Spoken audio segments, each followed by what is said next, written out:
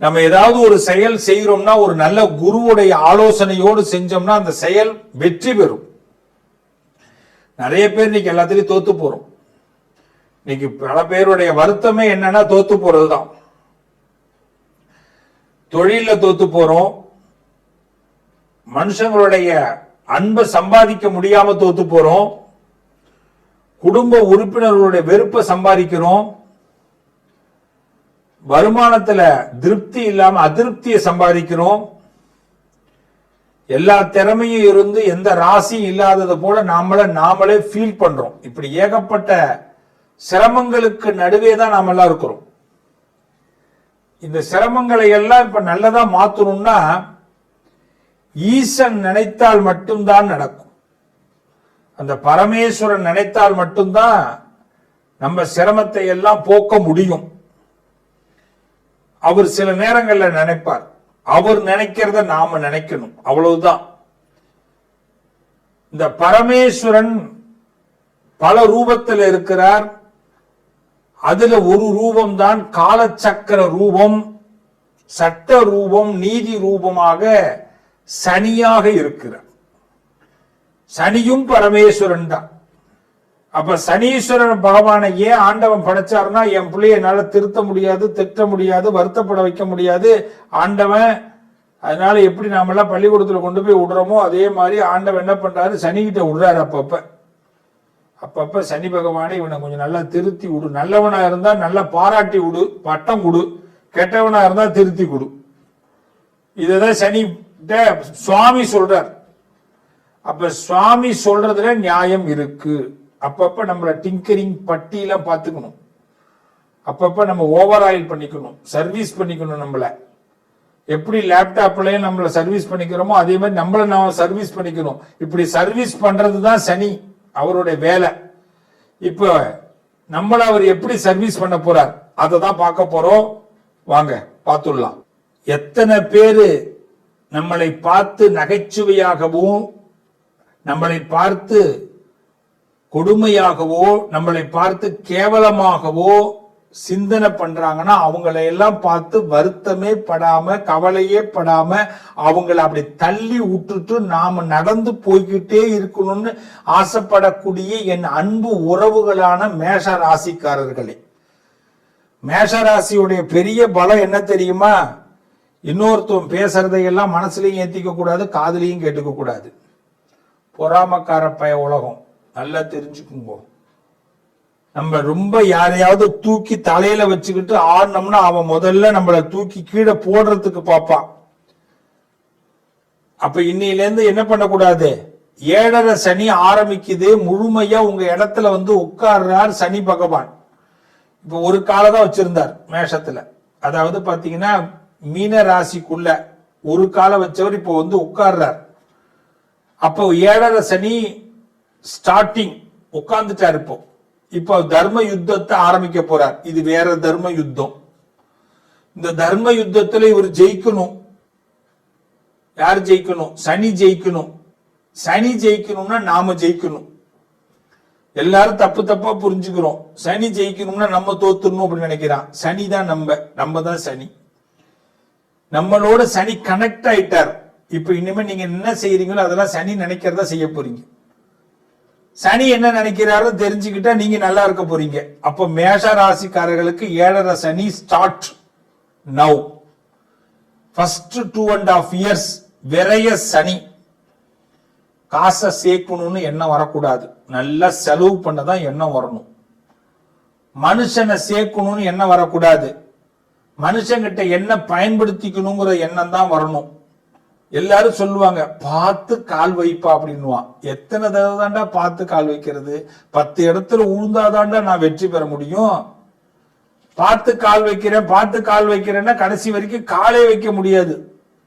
அவ்வளவு கன்னி வெடிகள் உண்டா இல்லையா மேஷராசிக்காரர்களே? அப்ப மேஷத்தை பொறுத்தவரை 7.5 சனி விரைய சனி. ஆனா பயம் இல்லாம தைரியமா இறங்கணும். இடம் வாங்கணும்னா இடம் வாங்குங்க, வீடு கட்டணும்னா வீடு கட்டுங்க, மனுஷனை சந்திக்கணும்னா மனுஷனை சந்திங்க, தைரியமா பேசுங்க. எந்த இடத்துல நமக்கு பிரச்சனை ஆரம்பிக்கும், ஏழரை சனியில எங்க பிரச்சனை ஆரம்பிக்கும், எங்க விரயம் ஆரம்பிக்கும்னா நம்ம முடிவை இன்னொருத்தவன் எப்ப எடுக்கிறானோ அப்போ முடிவு பிரச்சனை ஆரம்பிக்கும். இன்னைக்கு ஒரு ஊருக்கு போறதா இருந்தா நீங்க தான் முடிவெடுக்கணும். ஒரு ரூபாய் செலவு பண்றதா இருந்தா நீங்க தான் முடிவெடுக்கணும். 10 பேருக்கிட்ட அதை பத்தி சொல்லுங்க, அவங்க எல்லாரும் ஐடியா பண்ணி ஃபைனலுக்கு உங்கள்கிட்ட வருவாங்க. நீங்க தான் முடிவெடுக்கணும். உங்க வீட்டுல முடிவெடுக்கிற பலனை இன்னொருத்தவங்கள்ட்ட கொடுத்துடாதீங்க. மேஷராசிக்காரர்களே, ஆபத்து. உங்களால அதை தாங்கி கொள்ள முடியாது. என்னைக்குமே மேஷராசிக்காரர்கள் பிரச்சனை எந்த இடத்துல சந்திக்கிறாங்கன்னா முடிவெடுக்கிறது இன்னொருத்தவங்கள்ட்ட கொடுக்கறதுனாலதான். கடைசி வரைக்கும் போராடுங்க. எல்லாருடைய மனசையும் உங்களால மாற்ற முடியும். எப்பேற்பட்ட சூழ்நிலையும் உங்களுடைய சகாயத்துக்கு ஏற்படுத்திக்க முடியும். கடவுள் அப்படிப்பட்ட அற்புதத்தை உங்களுக்கு கொடுத்திருக்கிறார். ஆருடமே அப்படிதான் சொல்லுது. நீங்க சொல்லுவாங்க பூனை கண்ணை மூடிட்டுனா உலகம் கண்ணை மூடிடும் அப்படின்னு. அது நினைச்சுக்குமா? மேஷராசிக்காரர்கள் இன்னைக்கு நல்லா தெரிஞ்சுக்குங்க. உங்களை யாராவது ஏமாத்துறதுக்கு பிறந்திருக்காங்கன்னு நினைச்சிடாதீங்க. உங்களை யாராவது அழிக்க பிறந்திருக்காங்கன்னு நினைச்சிருக்காங்க. ஒரு பயில இன்னும் பிறக்கலடா அப்படின்னே நினைச்சு போங்க. உங்களுடைய துணிச்சல், உங்களுடைய எதிர், அதுதான் எதிர் நீச்சல். உங்களுடைய துணிச்சல் அதுதான் எதிர் நீச்சல். எதிர் நீச்சல் ஒரு படம் எடுத்திருப்பாரு பாலச்சந்தர் சார், நாகேஷ் சார் நடிச்சிருப்பாரு.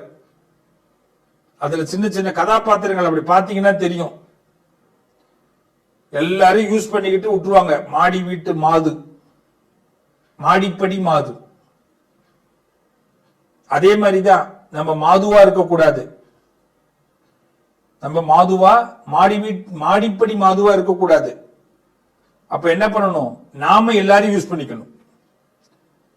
இந்த ஏழரை சனியில சிவனை அதிகமா வழிபாடு பண்ணுங்க. விபூதி பூசிக்கிங்க. என்னை பொறுத்த வரைக்கும் இது சுப விரய காலம். கார் வாங்குவீங்க, கல்யாணம் பண்ணுவீங்க, வீடு கட்டுவீங்க, சேர்த்து வைக்கணும், பார்த்து வைக்கணும் நினைக்காதீங்க. அதுவா நடக்கும். சுவாமி அப்படிப்பட்ட அனுகிரகத்தை உங்களுக்கு கொடுக்கிறார். ஆல்ரெடி சனி பகவான் உங்க இடத்துல நீசம் பெற்றிருக்கிறதுனால உங்களை எந்த விதத்திலையும் கஷ்டப்படுத்த மாட்டார். தேவையில்லாம ஹார்ட் பீட் அதிகப்படுத்திக்காதீங்க. நிறைய தண்ணி குடிங்க மேஷராசிக்காரர்கள். இந்த காலகட்டத்தில் நிறைய தண்ணி குடிச்சீங்கன்னா உங்க ஹார்ட் பீட் நார்மலா இருக்கும். என்னை பொறுத்த வரைக்கும் சுப செலவுகளை தயார்படுத்துங்க. ஒரு குறையும் இல்லாம நல்லா இருக்க போறீங்க. பயம்ங்கிறத தூக்கி போடுங்க. உங்களை பார்த்தா எல்லாரும் பயப்படணும். பயம் உங்க கண்ணுல கூட தெரியக்கூடாது. என் அன்பு உறவுகளை, மேஷத்திற்கு சவால் விட்டு சொல்றேன், ஏழரை சனி உங்களை பாதிக்காது. ஏழரை சனியால் நீங்கள் பாதகம் இல்லாமல் சாதகப்படுத்த போறீங்க.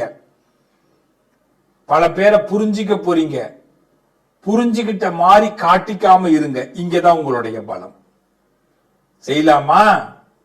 செஞ்சு பாருங்க. ஏழரை சனியில எதிர்த்து நிக்க போறோம், எழுஞ்சு நிக்க போறோம், எழுச்சியாக நிக்க போறோம். ஒரு எழுச்சி ஆரம்பம். இது நல்ல துவக்கம். நல்லது நடக்கும். இந்த பரிகாரம் போது எல்லாரும் பண்ற ஒரு பெரிய தப்பு என்ன தெரியுமா? யாருக்கு தெரியாம போய் பண்ணிட்டு வரோம். அதுதான் தவறு. அங்கதான் பிரச்சனைகள் முடிய மாட்டேங்குது. பரிகாரத்துல கூட 4 பேருக்கு சொல்லிட்டு செய்ய சொல்லல, தெரிஞ்சு பண்ணுங்க.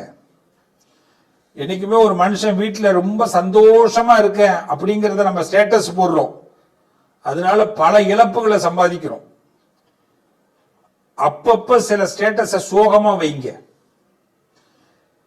அப்பப்ப சில வருத்தங்களை பதிவு பண்ணுங்க ஸ்டேட்டஸ் மூலமாக, நண்பர்களுக்கு, சொந்தக்காரவங்களுக்கு, தெரிஞ்சவங்களுக்கு எல்லாம். அப்போ குடும்பத்துல மத்தவங்க எல்லாம் ரொம்ப சந்தோஷப்படுவாங்க. என்னைக்குமே நல்லா தெரிஞ்சுங்க, உங்க உறவு தான் நீங்க கொஞ்சம் கீழே இறங்குனா சந்தோஷப்படும்.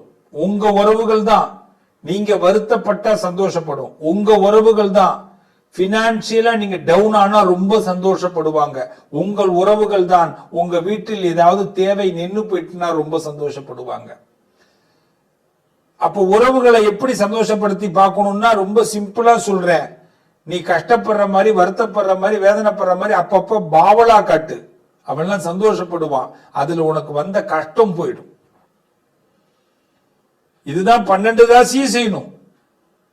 யாருக்கு யாரும் இழிச்சவங்க கிடையாது, இழைச்சவங்க கிடையாது.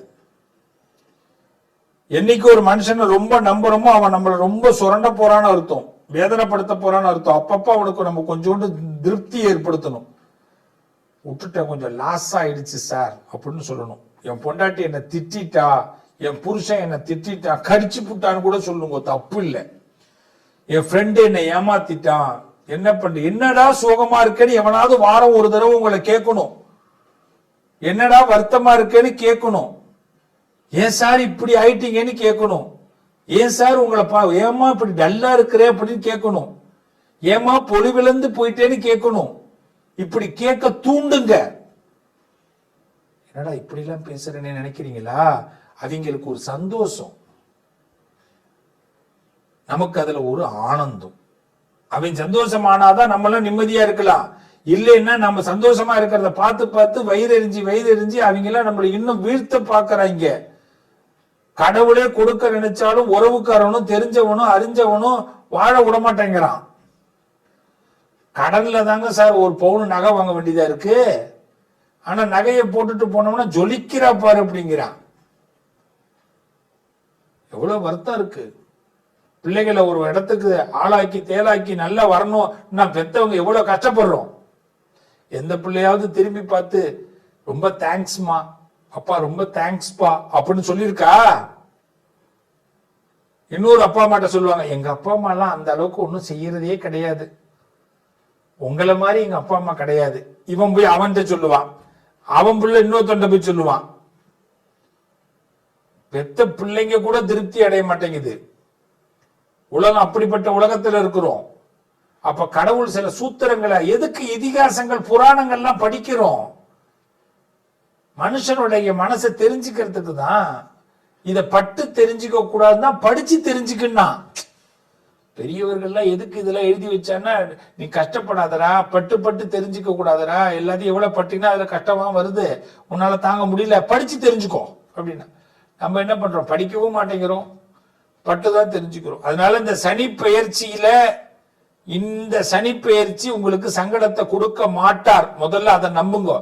சங்கடம்ங்கிறது நம்ம பக்கத்துல இருக்கிற சங்கடத்தினாலதான். எல்லாம் சங்கடம், உறவு தான் சங்கடம். அது எந்த உறவு வேணாலும் நீங்க வச்சுக்கோங்க, அதான் சங்கடம். யாரு மேல அதிகமா நம்பிக்கை வைக்கிறீங்களோ அது சங்கடம். யார் மேல அதிகமா பணத்தை கட்டுறீங்களோ அது சங்கடம்.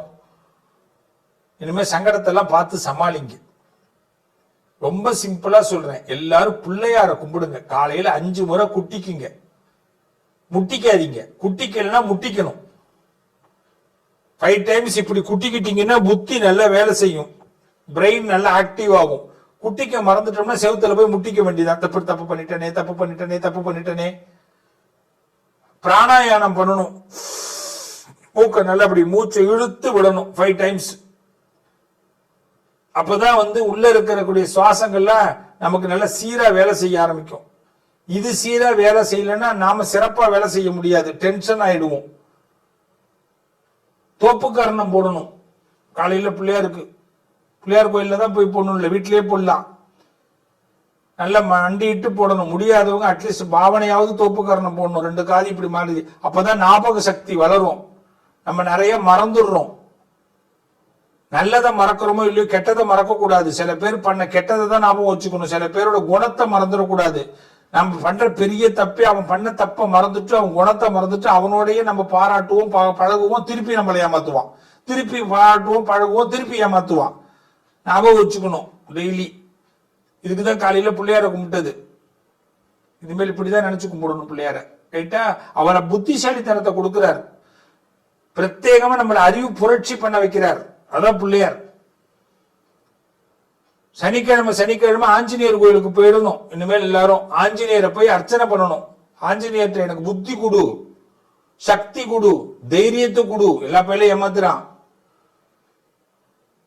என்னோட எல்லாருடைய வாழ்க்கையிலுமே ஒண்ணு நல்லா தெரிஞ்சுக்கோ, உங்களோட மைனஸ் என்னன்னு தெரிஞ்சுட்டு உங்களை ஏமாத்துறான். இதுதான் உலகம். அதனால ஆஞ்சநேயரை கும்பிடுங்கோ. இந்த சனி பெயர்ச்சி சகல நன்மையும் கொடுக்கும். நம்பி இருங்கோ, நல்லது நடக்கும். மீண்டும் உங்களை சந்திப்போம். வாழ்த்துக்கள்.